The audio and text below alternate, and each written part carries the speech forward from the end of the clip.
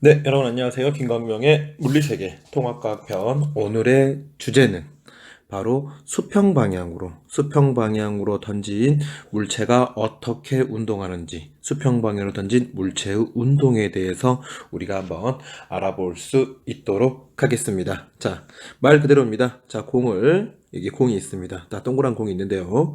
자, 이 공을 수평 방향으로 던졌습니다. 자, 어느 정도 높이가 있는데 그냥 수평 방향으로 그냥 그대로 던졌다라고 생각을 하시면 됩니다. 자, 수평 방향으로 던지면 우리가 경험적으로 알 수가 있습니다. 이 공은 어떻게 됩니까? 이렇게 이런 모양을 그리면서 바닥으로 떨어지게 됩니다. 자, 이렇게 바닥으로 떨어지는 것을 보고 우리는 무슨 운동을 했다라고 이야기하냐면요. 바로 포물선 운동을 했다라고. 이렇게 포물선을 그리면서 포물선 운동을 했다라고 이야기를 합니다. 자, 그래서 이렇게 포물선 운동을 하는데요. 자, 이 포물선 운동에 숨겨진 수평 방향으로 던진 물체의 운동에 대한 이야기. 자, 지금부터 한번 같이 이야기해 보도록 하겠습니다. 자, 이렇게 수평 방향으로 물체를 던졌다 하더라도 이 물체에 작용하는 운동은 오직 아래 방향으로 바로 중력만이 존재를 하게 됩니다. 우리가 아래 방향으로 중력만이 존재한다라고 생각을 하시면 됩니다. 선생님, 우리가 공을 수평 방향으로 던지게 되면은 이렇게 가로 방향으로도 힘이 있지 않나요? 라고 여러분께서 생각을 하는 경우가 되게 많이 있습니다. 자, 하지만 우리 손에서 이제 공이 떠나게 되면은 우리는 공한테 힘을 줄 수가 없는 겁니다.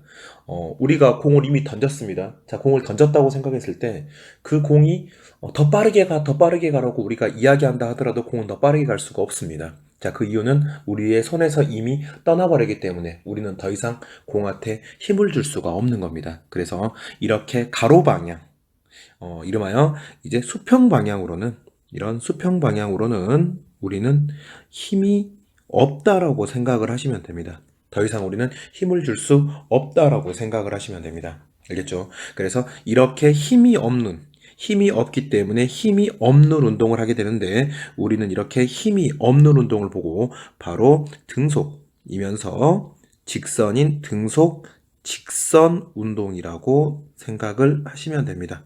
자, 등속 직선 운동 한 번만 더 보도록 하겠습니다. 자, 등속입니다. 등속, 속도가 일정하다는 뜻이죠. 속도가 일정하기 때문에 속도 변화 있습니까? 없습니까? 없습니다. 그래서 속력 변화가 없고요. 속력 변화 X라고 생각을 하시면 되고요. 자, 두 번째입니다. 자, 직선으로 날아갑니다. 직선으로 날아갔다라는 것은 반드시 같다라는 이야기가 되겠죠. 자, 방향이 변합니까? 안 변합니까? 방향이 변하지가 않습니다. 자, 그래서 우리는 방향 변화가 있다 없다? 방향 변화가 없다라고 생각을 하시면 됩니다. 자, 그럼 결론은 이겁니다. 만약에 힘이 없다면은 속도 변화도 없고요. 속력 변화도 없고요. 방향 변화도 없습니다. 다시 말해서 힘이 없다면은 속력 변화 없음. 그 다음에 방향 변화 X가 되기 때문에 힘이 없기 때문에 힘이라는 것은 물체의 운동을 변화시키는 건데 물체의 운동이 변하지 않는 운동인 등속 직선 운동을 한다라고 여러분께서 정리를 해 두시면 좋을 것 같습니다. 자, 그리고, 자, 그리고, 자, 이 수직 방향, 교과서에는 보통 연직 방향이라고 많이 소개가 되어 있습니다. 자, 이런 연직 방향으로는 바로 무슨 힘이 있느냐? 바로 중력이라는 힘이 존재를 합니다. 자, 그럼 우리가 중력에 대해서 한 번만 더 복습을 하고 가도록 하겠습니다. 자, 중력 뭡니까? 중력은, mg입니다. mg. 중력은 mg입니다. mg. 자, mg 새마을금고. 자, 기억하라고 했죠? 자, mg고요. mg 새마을금고, 중력 새마을금고. 기억하라고 이야기를 했습니다. 자, 그리고 이때 m이라는 것은 바로 질량이고요. 질량이라는 것은 우리가 킬로그램으로 나타내는 걸 보고 우리는 질량이라고 한다라고 이야기를 했습니다. 자, 그리고 중력과 같은 말은 중력의 크기를 나타내는 걸 보고 뭐라고 했죠? 바로 무게라고 이야기를 했습니다. 중력과 같은 말은 무게. 중력과 같은 말이 무게, 바로 무게입니다. 무게. 네. 모르면 무개념 기억나신가요? 네. 그래서 중력, 무게. 그리고 이 무게의 개념과 질량의 개념을 좀 구분을 하셔야 됩니다. 우리가 흔히 이거 무게 몇 킬로야 라는 말로 우리가 일상에서 많이 사용하는데 정확하게 말하면 질량 몇 킬로야 라는 말이 더 정확하다라고 여러분께서 이번 기회에 알아뒀으면 좋겠습니다. 자, 그리고 이때 G가 보이신가요? 이때 이 G는 우리는 중력 가속도라고 이야기하고요. 이 중력 가속도는 얼마였죠? 바로 9.8이라고 이야기했습니다. 어디에서 9.8입니까?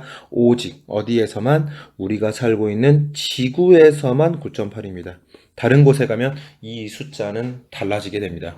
자, 그리고 이 9.8이 가지고 있는 의미는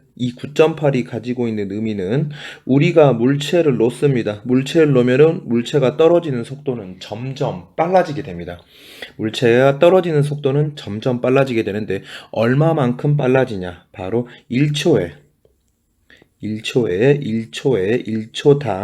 9.8 미터 퍼 세크씩 속도가 네, 증가한다라고 생각을 하시면 됩니다.